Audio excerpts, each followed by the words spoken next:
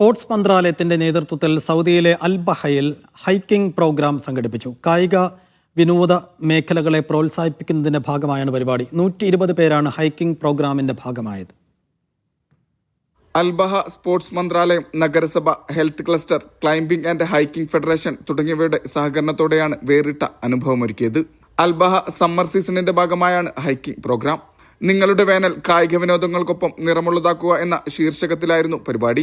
120 പേരാണ് ഹൈക്കിംഗ് പ്രോഗ്രാമിന്റെ ഭാഗമായത്.